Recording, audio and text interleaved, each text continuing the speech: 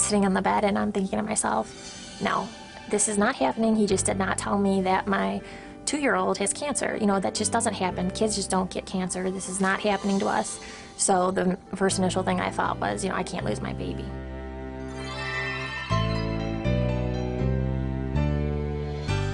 It was just the most awful feeling laying him on that counter or that table and him saying to me, please, Mommy, don't leave me. Please, Mommy, don't leave me. And then them starting to put the anesthesia in and then him just go limp. I just started, crying uncontrollably at that point. Everything went really well. Noah did phenomenal through the entire surgery. His vital signs were stable. And then he said we didn't require colostomy, which I thought was all great news. And then he said, however, the tumor had, ruptured when they were pulling it out. And the first thing I thought was, if that's cancer, then they just spilled cancer in his entire abdomen. He said, this is Dr. Barksdale. I'm so sorry to be calling you at this hour. I'm in Las Vegas at a conference. And I just have some pathology report to read to you, and I won't be back, and I would like to let you know the results. And I said, okay.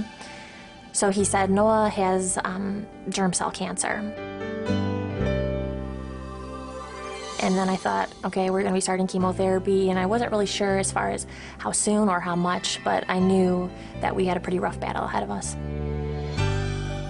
His biggest side effects from the chemo on the first day was uncontrollable sweating. I mean, he was literally drenching his bed sheets. We were changing his pillowcase about every half hour. I think I actually realized that, he was sick as he was when he lost all of his hair. That was a constant reminder to me that something was wrong, and it's still surreal to me. It still doesn't really feel like it completely happened to us.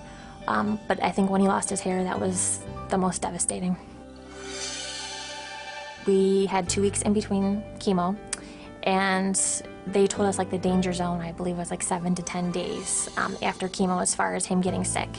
So we came out of that part, and I said, wow, this is great. Everything's going to go good. This really isn't going to be that bad. And Dr. Egler said that the first round of chemo is sometimes the worst. So I said, wow, if this is going to be the worst, he's going to do fantastic. Well, a few days before we were supposed to start the second round of chemotherapy, Noah came down with a fever of about 105. At that point, we found out that he was neutropenic, and his immune system was barely there anymore. Because his counts did drop after that first round, they decided that he would have to get shots daily for about 14 days after chemo for the next 2 rounds. In November, they did follow-up MRI and CT scans, and those came back completely clean. At that point, we knew that there was no cancer actively growing anywhere, so they put him in remission in November. The stress is unbelievable. And 2, I immediately stopped working. So Joe at that point became the only person that was bringing money in. So not only did he have to worry about his son being ill, worry about his daughter, he also had to worry about bringing money, and so we could survive. I knew it was going to be bad, but you don't really know how bad it's going to be. As far as my relationship with my husband, there was a huge strain on it, and we almost turned into, instead of being partners, enemies. We disagreed on a lot of things.